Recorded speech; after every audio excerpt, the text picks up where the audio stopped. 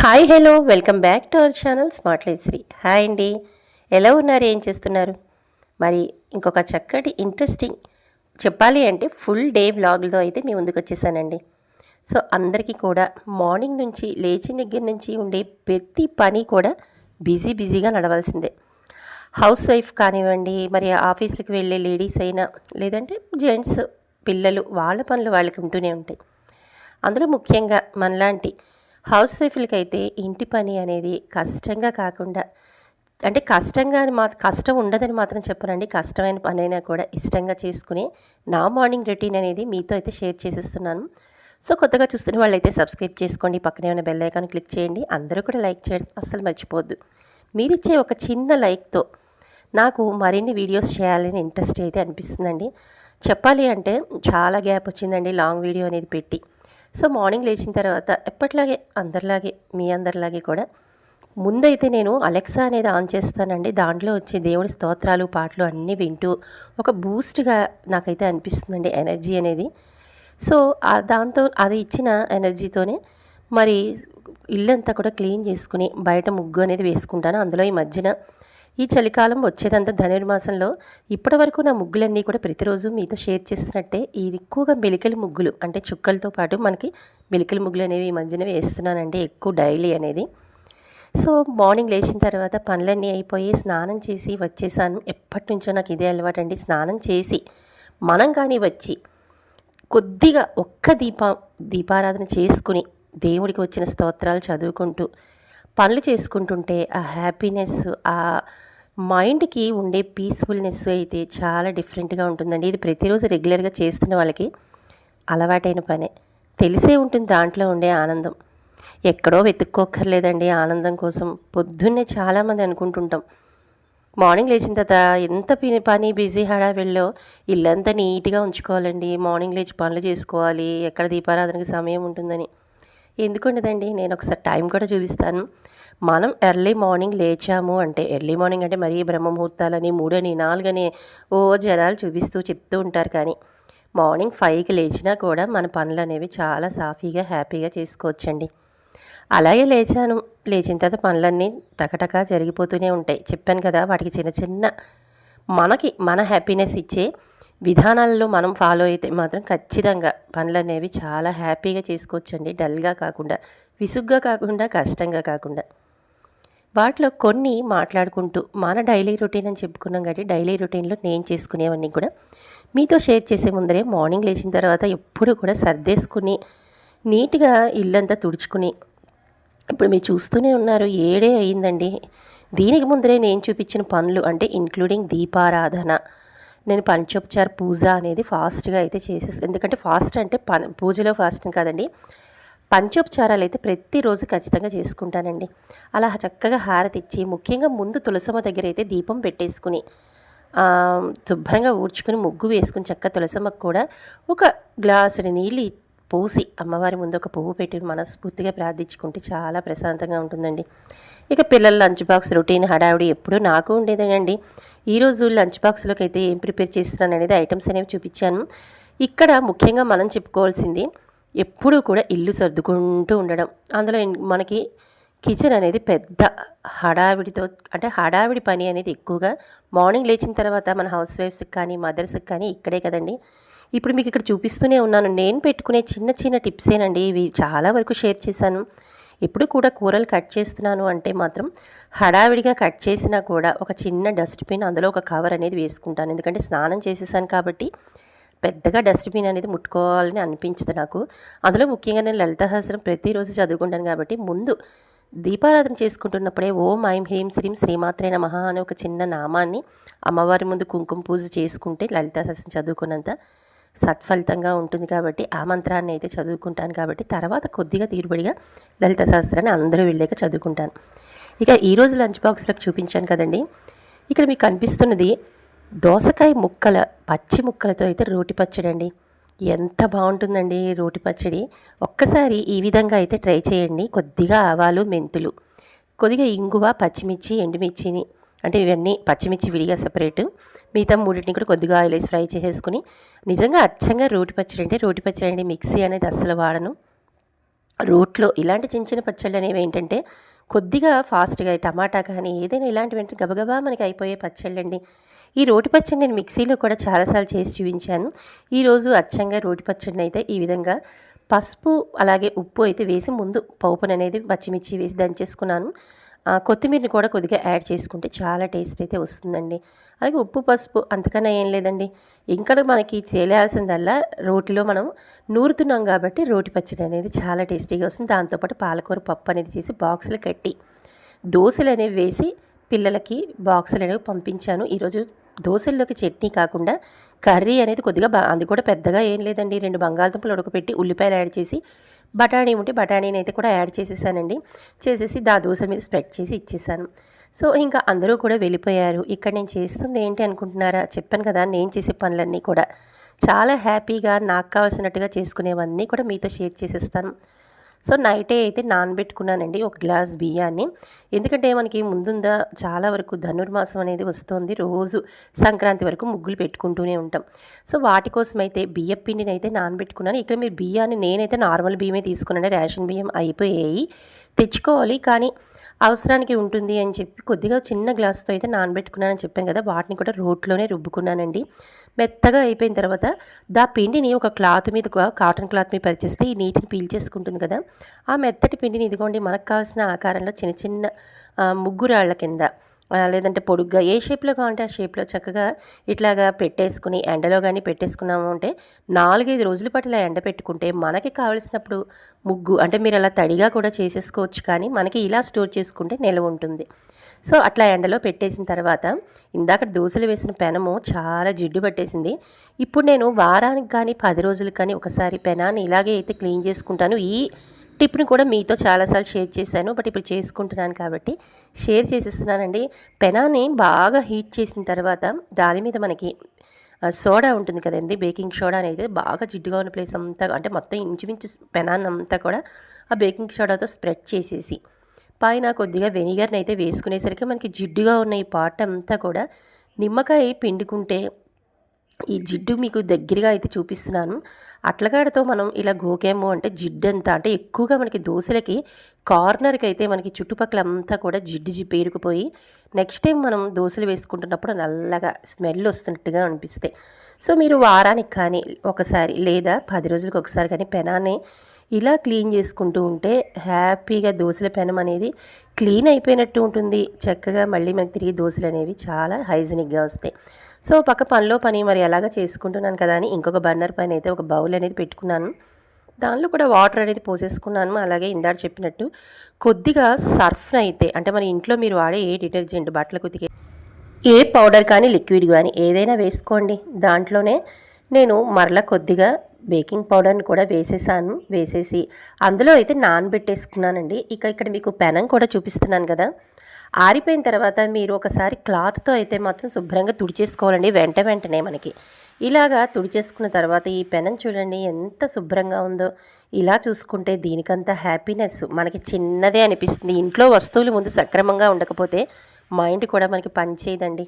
హ్యాపీగా మనం చేసుకునే పనులు ఎప్పటికప్పుడు అయిపోవాలి, హైజెనిక్గా ఉండాలి, మన అందుబాటులో ఉండాలి. ఇదే కదండి మన ఇంట్లో మనం ఎక్కువగా కిచెన్లో గడిపే ఆడవాళ్ళని చూసుకునేది.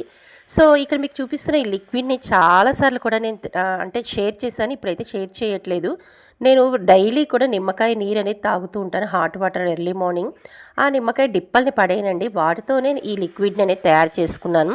ఇక ఇందాక నేను చూపించిన మన కౌంటర్ టాప్ మీద క్లీనింగ్ చేసే క్లాతులు కూడా ఉతికేసుకున్నానండి.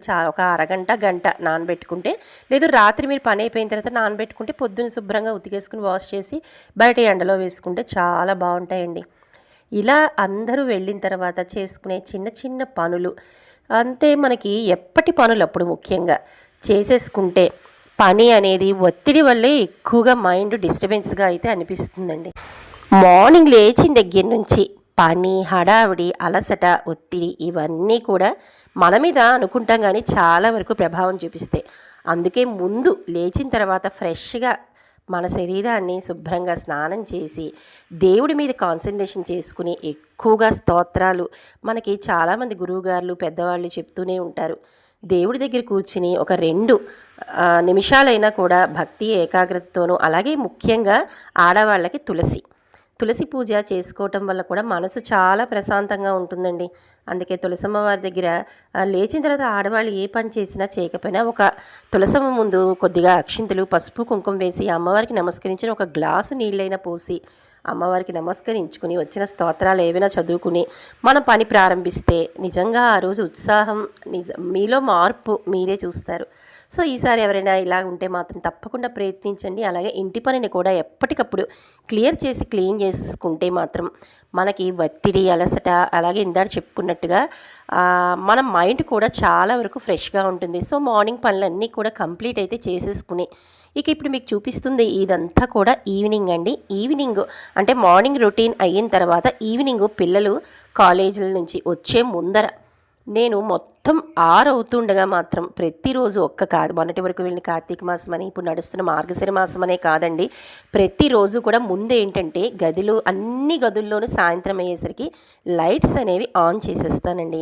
ఎన్ని లైట్లు ఉంటే అన్ని లైట్లు బ్రైట్గా ఆన్ చేసుకోవటం వల్ల మన మనసు ఏదో తెలియని కొత్త ఉత్సాహాన్ని, అంటే పొద్దున్నంతా చేసిన పని, అలాగే ఇక ముందు సాయంకాలం చేసుకోవాల్సిన పని కూడా చాలా వరకు మనకి సాయంత్రం పెట్టుకునే దీపారాధనలో కూడా ఉంటుందండి. అంటే మనం ఎక్కువగా ఆతృత పడాలి, పని చేసుకోవాలి, ఇంటిని శుభ్రంగా ఉంచుకోవాలి, 2 పూట్ల దీపారాధన చేసుకునేందుకు నేను ఎంతవరకు నా పనిని సక్రమంగా చేసుకుంటున్నాను, ఎంతవరకు నేను దానికోసం ప్రయత్నిస్తున్నాను అనే మనలో మనం వేసుకునే ఈ ప్రశ్నలు, వాటి సమాధానాలతోనే మన డైలీ రొటీన్ అనేది చాలా సాఫీగా, చాలా హ్యాపీగా, ప్రశాంతంగా అయితే సాగుతుంది. సో ఇందాక నేను చెప్పినట్టుగా అన్ని గదుల్లోనూ మొత్తం లైట్లన్నీ ఆన్ చేసేస్తే నాకైతే మాత్రం, మిగతా వాళ్ళ సంగతి ఏమో కానీ నాకైతే మా ఇంట్లో ముఖ్యంగా ఇప్పుడు మీకు చూపిస్తున్న ఈ కృష్ణయ్య బృందావనంలో కూడా ఇలా లైట్లన్నీ ఆన్ చేసేసుకుని నాకు సాయంత్రం దీపారాధన కోసం అయితే రెడీ అయితే అవుతున్నాను. అలాగే మా ఎంట్రన్స్ కూడా చాలాసార్లు మీతో అయితే షేర్ చేశానండి. దీపావళి వ్లాగ్స్ అవనండి, ఏదైనా పండగలు అయితే ముఖ్యంగా నాకు ముగ్గులు కూడా గడప ముందర చక్కగా వేసుకుని కలర్స్తో అయితే వేసుకోవటం కొద్దిగా టైం అయితే నాకు పడుతుందండి. నేనేదో అందులో ఎక్స్పర్ట్ని అయితే కాదు కదా, కానీ చేసుకోవాలి అనే ఆతృత, తపనే నాలో. మా ఇల్లు ఇంతవరకు నేను ఇలా ఉంచుకుంటూ ప్రతి పనిని కూడా చాలా చక్కగా చేసుకుంటూ చాలా వ్లాగ్స్లో కూడా మీతో షేర్ చేశాను. సో నా పని విధానం ఇలా ఉంటుందండి, మా ఇల్లు ఇలా ఉంటుంది. సో వాటి నుంచి నా నుంచి నేనే అయితే కొత్తగా నేర్చుకున్నానండి. కొన్ని ఇలా చేసుకోవాలి, ఇలా అలవాటు చేసుకోవాలి అని. సో ఇదిగోండి, మరి సాయంకాలం దీపారాధన కూడా అంటే అన్ని స్తోత్రాలు, అంటే నాకు వచ్చిన స్తోత్రాలు, ఇంకా నేను ఏదైనా మనకి ప్రత్యేకించి మాసాలు ఇందాక అనుకున్నాం కదా, కార్తీక మాసంలో కార్తీక పురాణం కానీ, ఏదైనా విష్ణు పురాణం కానీ, లేదంటే మనకు వచ్చే మాఘ పురాణం కానీ ఏదైనా చదువుకోవాలి, లేదంటే అమ్మవారి అష్టోత్తరాలు అన్నీ కూడా సాయంకాలం చదివేసుకుని, ఇక మరి బాధ్యత మార్నింగ్ అయింది బాక్స్ పంపించడం, మరి నైట్ కూడా వచ్చిన తర్వాత పిల్లల్ని, శ్రీవారిని, ఇంటిలిపాదిని కూడా మనకి వాళ్ళ కడుపు నింపే బాధ్యత కూడా మనదే కదండి. అందుకే సాయంకాలం మళ్ళీ ఏం తయారు చేయాలి అంటే చాలా వరకు చాలామంది నైట్ డ్యూటీలు అవి చేసి వచ్చే వాళ్ళ సంగతి అయితే ఇంకా మరి మన టైమింగ్స్ అవి మన చేతిలో ఉండవు. కానీ రెగ్యులర్గా ఆల్మోస్ట్ అందరూ 7-7:30 మహా అయితే కొద్దిగా ట్రాఫిక్లో సిటీస్లో కాబట్టి 8 లోపు వస్తారని అనుకుంటున్నాను. చెప్పాను కదండి, ఆపై టైం అనేది మన చేతిలో లేనిది. 8 బిలో అయితే వచ్చేస్తారు కదా ఆల్మోస్ట్ ఇంటిలిపాది కూడా. సో 8 o'clock లోపు డిన్నర్ అనేది మనం కంప్లీట్ చేసి వాళ్ళకి రెడీ చేసి ఉంచితే పిల్లలు కూడా చదువుకోవడానికి వస్తూనే ఆకలి అనడానికి ఇబ్బంది లేకుండా వాళ్ళ కడుపుని నింపుతూ మన పని కూడా నైట్ కూడా ఫాస్ట్గా అయితే చేసేసుకుని మళ్ళీ ఎర్లీ మార్నింగ్ లేవాలి కాబట్టి మన బాధ్యతను కూడా చక్కబెట్టడం, ఇవన్నీ కూడా సులువుగా అయితే అయిపోతాయి. సో ఈరోజు నేను పిల్లలు వచ్చేసరికి ఇప్పుడు నేను చూపిస్తున్న ఈ ఐటెంని ఎక్కువగా స్నాక్స్ లాగా చేస్తూ ఉంటాను, లేదంటే ఒక్కొక్కసారి డిన్నర్ లాగా చేసేస్తే ఏదైనా బిస్కెట్స్ తిని వాళ్ళు పాలు తాగి చదువుకుంటూ ఉండేలోపు ఈ డిన్నర్ కింద కూడా అంటే ఈరోజు ఇప్పుడు నేను చేస్తున్న ఈ శాండ్విచ్ని అయితే డిన్నర్ కిందే ప్రిపేర్ చేసేసానండి. అందుకనే మాకు ఇది డిన్నర్ కింద కూడా కలిసి వచ్చేసింది. సో నేను ఒకసారి ఇల్లంతా కూడా మీకు చూపించాను కదా, మార్నింగ్ మనం చేసేసుకుంటే పని అనేది ఈవినింగ్ పనికి కూడా చాలా రిలాక్స్ అయిపోవచ్చండి. సో ఇంక ఇక్కడ చూపిస్తున్నది అయితే నార్మల్గా వెజిటబుల్ శాండ్విచ్ కోసం ఇప్పుడు చూపిస్తున్న ఈ బౌల్లో అయితే క్యారెట్, అలాగే గ్రీన్ పీసు, ఉల్లిపాయలు అన్నీ కూడా రెడీ చేసుకున్నాను. ఇక్కడ మీకు చూపిస్తున్న ఇవన్నీ కూడా నేను కొని తెచ్చేసుకుంటానండి. మైనీస్ కానీ శాండ్విచ్ స్ప్రెడ్ కానీ అన్నీ కూడా నేను పెద్ద పెద్ద ప్యాకెట్లు అయితే తెచ్చుకోనండి. ఎప్పటికప్పుడు చిన్న చిన్న ప్యాకెట్లను అయితే వాడతానండి. నాకు తక్కువ అండి. నేను ఇలా శాండ్విచ్ అవి కూడా ఎప్పుడో 15 డేస్కి ఒకసారి చేస్తాను పిల్లలకి. అది ఎప్పుడు బయట తెచ్చుకున్నా అలాగే తింటారు కదా, రోజు తినలేం కదా. ఈ పక్కన ఇంకొక బౌల్లో అయితే ఎస్పెషల్లీ ఆలు శాండ్విచ్ అనేది చేస్తున్నానండి. దానికోసమే 2 ఆలుల్ని మాత్రమే ఉడకబెట్టాను. దాంట్లో కూడా ఆనియన్స్ని మిక్స్ చేసి పైన చిల్లీ ఫ్లేక్స్ అనేవి వేసుకున్నాను. కొద్దిగా ధనియాలు అలాగే జీలకర్ర, ఫ్రైడ్ జీలకర్ర పౌడర్ని అయితే వేసుకుని వాటిలో ఇప్పుడు మీకు ఇక్కడ చూపిస్తున్న ఒకసారి ఎట్లాగూ మనకి ఓపెన్ చేశాను కాబట్టి ఇదిగోండి నా అర అనేది ఒకసారి ఎలా సర్దుకున్నాను చూపిస్తాను. పక్కన కనిపిస్తుంది పెద్ద డబ్బాలో పసుపు అండి. ఆ తర్వాత అంటే అది అన్నిటికీ వాడుకునే పసుపు. కింద డబ్బాలో ఏంటంటే మనకి వంటల్లో వాడుకునే పసుపు. అలాగే ఇటువైపు చూపిస్తున్న ఇవన్నిటి కూడా మసాలాకు సంబంధించిన దినుసులు. ఇక్కడ ధనియాలు, ఆ పక్కన మిరియాలు, ఇక్కడ మీకు పైన పెద్ద గోధుమ పిండి, అలాగే చిన్న డబ్బాలో విడిగా గోధుమలు మనకి చపాతీలు అవి చేసుకునేటప్పుడు అన్నీ మిక్స్ చేయకుండా చిన్న డబ్బాలో గోధుమ పిండిని స్పెషల్గా పెట్టుకున్నాను. ఇక్కడ మీకు చూపిస్తున్న ఇవేనండి నా దగ్గర ఉన్నవి. పెద్దగా చెప్పాను కదా, ఎక్కువగా కూడా బయట నుంచి తెచ్చుకోను. అలానే వాటిని ఫ్రిడ్జ్లో కూడా స్టోర్ చేసుకుంటూ అలాగ కాలం గడిపోయానండి. మీకు కార్న్ ఫ్లోర్ కనిపిస్తుంది కదా, దాంతోపాటు చాట్ మసాలా, అలాగే మిక్స్డ్ వెజ్ మసాలా, దాంతోపాటు గరం మసాలా అండి. వాటి మీద ఎందుకు ఇలా అట్టపెట్టిలో అంటే వీటికి డేట్ కూడా మీకు ఒకసారి చూపిస్తాను. తెచ్చుకోగానే ఇట్లా అయిపోయేటట్టే తెచ్చుకుంటానండి. చాలా తక్కువ చెప్పాను కదా, గరం మసాలాలు అవి కూడా నేను ఇంట్లోనే బిర్యానీలు కానీ ఫ్రైడ్ రైస్లు కానీ చేస్తే మసాలా నూరి వేస్తాను. ఎప్పుడైనా ఇలా ఎమర్జెన్సీగా కావాలి అంటే మాత్రం అందుకే ఆ గరం మసాలా కానీ చాట్ మసాలా కానీ అవన్నీ కూడా మీకు డేట్స్తో సహా చూపించాను కదా. అవి ఏంటి అంటే ఆ డేట్ అయిపోయే లోపు నాకు కనబడుతూ ఉండాలి. అదే నేను ఎక్కడో తోసేసాను అనుకోండి లోపలికి, నాకు అసలు ఆ డేట్లు అయిపోతే అవి పుచ్చిపోయాయో ఏమిటో ఇవన్నీ కూడా మనం లోపల పెట్టేసుకుంటే తెలియదు. అందుకనే నాకు అలా ఎదురుగుండా ఉండి చూసుకుంటూ డేటు మాత్రం వాడడానికి అలా కొద్దిగా మసాలాలు మాత్రమే తెచ్చుకుని పెట్టుకున్నాను. ఇక్కడ మీకు చూపిస్తున్న ఈ చాపింగ్ బోర్డ్ ఏంటంటే అన్నిటికీ ఆల్ ఇన్ వన్లా పనికొస్తుందండి. ఇది కూరగాయలు కట్ చేసుకోవచ్చు, చపాతీలు ఒత్తుకోవచ్చు, చపాతీ పిండి కలుపుకోవచ్చు. ఇట్లా ఎప్పుడైనా మనం బ్రెడ్తో ఇలాగా అన్నీ కూడా చేసుకోవటానికి ఒకటే. నేను ఇది మీషో నుంచి తెప్పించుకున్నాను. దానికి ఇదిగోండి ఇక్కడ చపాతీ కర్ర కూడా స్టీల్దే ఇచ్చారు. నాకైతే ఈ చెక్క చాపింగ్ బోర్డులు ప్లాస్టిక్వి ఇవన్నీ కన్నా ఇది చాలా హ్యాపీగా అయితే అనిపిస్తుందండి. అందుకని కొద్దిగా పెద్ద సైజుది అయితే తెచ్చుకున్నాను. అన్నీ ఎట్ ఏ టైం ఒకేసారి అయితే అయిపోతాయండి. ఇదిగో ఇక్కడ చూపిస్తున్న 2 బ్రెడ్ స్లైసెస్ మీద ఒకసారి ఆలు అంటే ఒకదానికి నేను ఆలుతో అయితే శాండ్విచ్ అనేది ఇందాక చేశాను కదండి ఆలు కూర. మనం ఈ ఆలు కూర ఏంటంటే పానీపూరిలో పిల్లలకి మన ఇంట్లోనే ఫ్రై చేసి పూరీల్ని ఆలు పానీపూరి కానీ మసాలా పూరి కానీ ఏదైనా కూడా చేసి ఇవ్వచ్చు చక్కగా. వీటిని మనకి చపాతీల్లో కూడా డైరెక్ట్ మనం కొద్దిగా అయితే పోపని వేసుకుని ఇట్లా అయితే ఈజీగా కూడా ఫాస్ట్గా అనేది మనం చపాతీ కూర కూడా చేసేసుకోవచ్చండి. శాండ్విచ్ మేకర్లో నేను ఒక పక్క ఆలుతో చేసిన శాండ్విచ్ని అయితే పెట్టాను. ఇంకొక రైట్ సైడ్ది ఏంటి అంటే మిక్స్డ్ వెజ్ చెప్పాను కదా, క్యారెట్ అట్లా అన్నీ కూడా చేసేవి పెట్టేశానండి. ఇదిగో ఇక్కడ ఇంకొకటి అది మనకి కుక్ అయ్యేలోపు ఇంకొక దాన్ని అయితే రెడీ అయితే చేసేస్తున్నాను. సో గ్రీన్ అనేది వచ్చేసింది కదండి, శాండ్విచ్ కూడా మనకి రెడీ అయితే అయిపోయింది. కట్ చేసి పిల్లలకైతే ఇచ్చేస్తున్నానండి. వాటితో పాటు మాకు కూడా అంటే పిల్లలకి చీజ్ అయితే వేసిస్తాను. ఇదిగో ఆలు శాండ్విచ్ అండి. కొద్దిగా నేను మర్చిపోయాను, దీంట్లో లైట్గా అయితే ఈ ఆలు శాండ్విచ్ ఓన్లీ దాంట్లో అయితే లైట్ నిమ్మకాయని కూడా పిండానండి. చాలా బాగుంటుంది. ఎప్పుడైనా మీరు పిల్లలకు కావాలంటే ట్రై చేయండి. ఇదైతే మాత్రం మిక్స్డ్ వెజ్ శాండ్విచ్ అండి. ఇదైతే మనకి పిల్లలకి కర్రీ కూడా సెపరేట్గా చేయాల్సిన అవసరం లేకుండా చక్కగా అయితే మనకి డిన్నర్తో సహా చెప్పాను కదా, మీరు మార్నింగ్ బ్రేక్ఫాస్ట్ బాక్సుల్లో కూడా ఇవ్వచ్చు, లేదంటే మనకి వస్తూనే స్కూల్కి నుంచి ఆకలి తీర్చడానికి పిల్లలకి ఈవినింగ్ స్నాక్స్ కింద కూడా ఇవ్వచ్చు. సో పనంతా అయిపోయింది. ఆ స్టీల్ది కొనుక్కున్న తర్వాత నాకు చాలా హ్యాపీగా అయిపోతుంది. వెంటనే క్లీనింగ్ చేసేసుకుంటా అంతా దాని మీద చేశాను కాబట్టి. నైట్ కూడా నేను క్లీనింగ్ చేసేది పొద్దున ఒక లిక్విడ్ చూపించాను కదండి, దాంతో మొత్తం కిచెన్ కౌంటర్ టాప్ అంతా కూడా క్లీన్ చేసేసుకుని ప్రత్యేకించి రాగి నీళ్ళల్లో ఈ చలికాలం అంతా మాత్రం నైట్ అంతా రాగి బిందెలో ఉంచిన నీళ్ళని అయితే నింపి కొద్దిగా బాదంని కూడా నానబెట్టేశాను. సో నా డే ఫుల్ రొటీన్ లాగ్ని అయితే మీతో షేర్ చేసేసాను. ఎలా ఉంది మరి మీకు ఇందులో ఏదో ఒక పాయింట్ నచ్చే ఉంటుంది. నచ్చితే అందరూ లైక్ చేయండి. అలాగే కొత్తగా చూస్తున్న వాళ్ళు సబ్స్క్రైబ్ చేసుకొని పక్కనే బెల్ ఐకాన్ క్లిక్ చేసేయండి.